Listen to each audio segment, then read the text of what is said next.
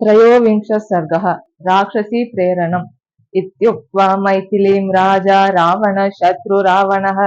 सन्दिश्य च ततः सर्वा राक्षसी निर्जगामः निष्क्रान्ते राक्षसेन्द्रे तु पुनरन्तःपुरं गते राक्षस्यो भीमरूपास्ता सीतां समभिदुद्रुवुः तदा सीतामुपागम्य राक्षस्य क्रोधमूर्छिताः परं परुषया वाचा वैदेहीमिदमब्रुवन् पौलस्त्यस्य वरिष्ठस्य रावणस्य महात्मनः दशग्रीवस्य भार्या त्वं सीतेन बहुमन्यसे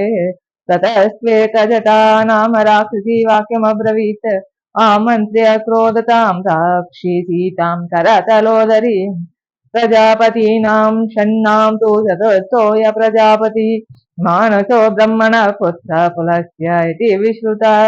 पुलस्त्यस्य तु तेजस्वी महर्षि मानसस्तुतः नाम्ना स विश्रवा नाम प्रजापते समप्रभः तस्य पुत्रो विशालाक्षी रावणः शत्रुरावणः तस्य त्वं राक्षसेन्द्रस्य भार्या भवितुमर्हसि मयोक्तं चारु सर्वाङ्गी वाक्यं किं नानुमन्यसे ततो हरिजटा नाम राक्षसी वाक्यमब्रवीत् विवर्त्य नयने कोपान् मार्जारसदृशेक्षण येन देवास्त्रयस्त्रिंशद् देवराजश्च निर्जिताः तस्य त्वं राक्षसेन्द्रस्य भार्या भवितुमर्हसि तदस्तु प्रकसा नाम राक्षसी क्रोधमूर्छिता भर्त्सयन्ती तदा घोरम् इदं वचनमब्रवीत् वीर्योत्सिक्तस्य शूरस्य सङ्ग्रामेष्वनिवर्तितः बलिनो वीर्ययुक्तस्य भार्या त्वं किं न लिप्यसे प्रियां बहुमतां भार्यां त्यक्त्वा राजा महाबलः